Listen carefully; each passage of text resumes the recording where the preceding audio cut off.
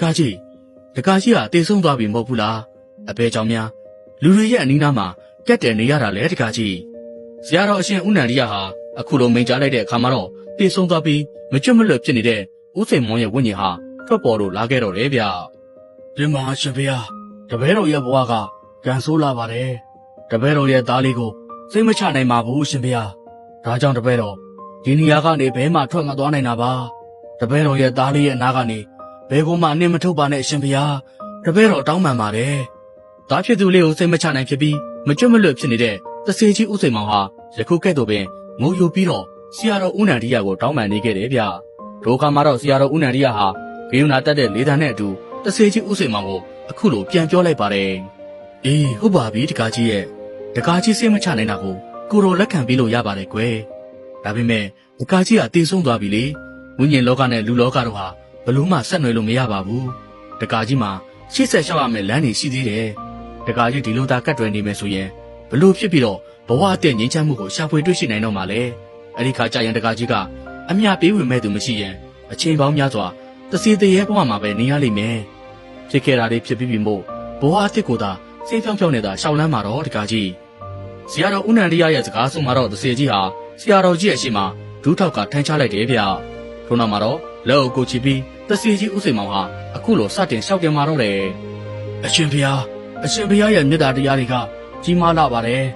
တပည့်တော်အရှင်ဘုရားရဲ့စကားကိုညီဝဲမကြနားထောင်ပြီးဘဝအစ်ကိုရှာပါတော့မယ်ရှင်ဘုရားဒါပေမဲ့တပည့်တော်ရဲ့သားလေးကိုတော့အရှင်ဘုရားထံမှအနံ့ပေးရစေတပည့်တော်ရဲ့နောက်ဆုံးဆန္ဒလေးကိုတော့လိုက်ရောပေးပါအရှင်ဘုရားကောင်းပါပြီတကားကြီးရဲ့တကားကြီးသွားမယ်လမ်းကိုသာဖြောင်းဖြောင်းတန်းတန်းနဲ့သွားပါကွယ်တကားကြီးရဲ့သားလေးကိုဘာပုံဆောက်ချောက်ထားလိုက်ပါမယ်တကားကြီးကိုဖုံဖုံခရီးပေးပါလေကွယ်ဆရာတော်ကြီးရဲ့စကားဆုံးမှာတော့မကျွတ်မလွတ်ဖြစ်နေတဲ့တရေကြီးဦးစိန်မောင်ကလည်းဒူးထောက်ထမ်းချနေရကနေမတ်တက်ထားပြီးရက်လိုက်တယ်ဗျထို့နောက်မှာတော့တဆေကြီးရဲ့ခန္ဓာကိုယ်ကနေအလင်းရောင်များထွက်ပေါ်လို့လာပါတော့တယ်ထိုအလင်းတန်းများဟာတဖြည်းဖြည်းချင်းနဲ့အယောင်တွေတလဲလဲတောက်ပါလာပြီးအဝါရောင်ဖြစ်ကိုပြောင်းလဲသွားခဲ့ပါတယ်အဲ့ဒီဝါရောင်မီးလင်းများရဲ့ကြားမှာတော့တဆေကြီးဦးစိန်မောင်ဟာတဖြည်းဖြည်းနဲ့ပျောက်ကွယ်သွားခဲ့ရပြီးဘဝအစ်ကိုကူးပြောင်းလို့သွားခဲ့တော့တာပေါ့တဆေကြီးဦးစိန်မောင်တယောက်ဘဝအစ်ကိုရောက်သွားတဲ့အခါမှာတော့ဆရာတော်ဦးနန္ဒီယဟာဦးစိန်မောင်ရဲ့သားဖြစ်တဲ့ဖိုးခွားလေးကိုကျောင်းကိုခေါ်ဆောင်လာခဲ့ဖို့ရာတွတ်ပီကိုမိန့်ကြားလိုက်တယ်ဗျ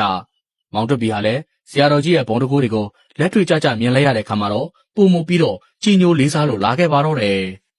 တခြားတစ်ဖက်မှာတော့အောက်လန်းဆရာကြီးဦးဒေဝဟာပြိုင်ဆန်ရှားတဲ့အောက်လန်းဆရာတယောက်ဖြစ်ဖို့အတွက်အသေးအတန်စူးစမ်းနေခဲ့တယ်ဗျမောင်ဘလွန်ခေါ်ဆောင်လာခဲ့တဲ့စုနယ်ရဲ့ဝိညာဉ်ပါဝင်တခြားသောဝိညာဉ်များအောင်လည်းဖန်ဆီးချုံအောင်ထားခဲ့ပြီးလိုသလိုအသုံးချနေခဲ့ပါတယ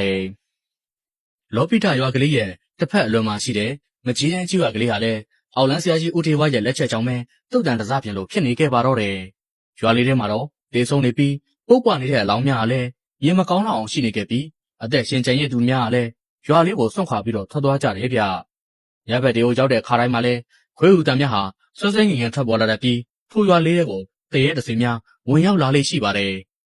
တခုသောညတစ်ညမှာတော့ဆရာတော်ကြီးအရှင်ဦးနန္ဒီယဟာကျောင်းသားလေးဖြစ်တဲ့တွတ်ပီနဲ့အတူမကြီးတန်းကြီးရွာလေးတဲ့ကိုရောက်ရှိလို့လာခဲ့တယ်ဗျရောက်ရှိလာတဲ့အချိန်မှာအတော်လေးမှောင်နေပြီဖြစ်ပြီးတော့ပတ်ဝန်းကျင်တစ်ခုလုံးကလည်းတိတ်ဆိတ်လို့ငြိမ်သက်နေခဲ့ပါတယ်တွတ်ပီရဲ့မျက်စိထဲမှာပုံမုံထူကြနေတာကတရွာလုံးမှာလူတယောက်ကိုမှမတွေ့ရဘူးဗျလူတန်တွေကိုကြားနေရမယ့်အစားစောစောငငယ်ဦးနေကြတဲ့ခွေးဦးတန်တွေကိုသာနားထဲမှာကြားနေရပါတယ်ထိုအခါမှာတော့မောင်တွတ်ပီလည်းစိတ်မသက်မသာဖြစ်ပြီးဆရာတော်ကြီးကိုအခုလိုရှောက်တင်လိုက်တယ်ဗျအရှင်ဖေဒီရွာကိုကြည့်ရတာအတော်လေးထူးဆန်းနေသလိုပဲရွာလို့သာပြောတယ်လူတယောက်မှလည်းမရှိပါလားအရှင်ဖေပြီးတော့ဦးလိုက်တဲ့ခွေးတွေဆိုတာလဲအိုးတပည့်တော်တို့ပြောရင်းနဲ့ကိုကြောချတာပြီအရှင်ဖေဆရာတော်ဦးနန္ဒီယဟာလည်းပတ်ဝန်းကျင်ရဲ့ဘေးဘက်ဘဲညာကိုအကဲခတ်ကြည့်ရှုလိုက်ပါတော့တယ်ထို့နောက်မှာတော့ဆရာတော်အရှင်ဦးနန္ဒီယဟာသူ့ရဲ့လွယ်လေးတွေကနေအစိမ်းရောင်အိုးလေးတစ်လုံးကိုထုတ်ကာဘုန်းကြီးကျောင်းသားဖြစ်တဲ့မောင်တွတ်ပီကိုပေးလိုက်တယ်ဗျကဲရော့တကားလေးဒီဦးလေးကိုယူထားမလိုအပ်ဘဲနဲ့တော့ဒီဦးလေးရဲ့အဖုံးကိုမဖွင့်ကြည့်နဲ့တကယ်လို့များတကားလေးမှာအသက်အန္တရာယ်တစ်ခုခုကြုံဟန်ရပြီဆိုတော့ဒီဦးလေးကိုဖွင့်တာချလိုက်ကွယ်ဟုတ်ပြီလားအဲ့ဒါလိုပြောပြီးတော့အရှင်ဦးနန္ဒီယဟာမြေအိုးစိမ်းလေးကိုမောင်တွတ်ပီကိုပေးလိုက်တယ်ဗျမောင်တွတ်ပီလည်းဆရာတော်ကြီးပေးတဲ့မြေအိုးလေးကိုဘာမှပြန်ပြောမနေတော့ပဲအသာတကြီးယူထားလိုက်ပါတော့တယ်ဒါပေမဲ့လည်းဆရာတော်ကြီးအနေနဲ့အခုလိုပေးလိုက်ပြီးဆိုကြတဲ့ကအန်ဒီရဲ့ကြားမှာရောက်နေပြီဆိုတာကိုတော့မောင်တွတ်ပီလည်းရိတ်စားနေမိခဲ့ပါတယ်ဒီလိုနဲ့ခဏကြာမှတော့ရွာရဲ့နောက်ဘက်ပိုင်းစီကနေအမျိုးသမီးတယောက်ရဲ့ဆူးရှတဲ့အော်တန်ကြီးကိုကြားလိုက်ရတယ်ဗျ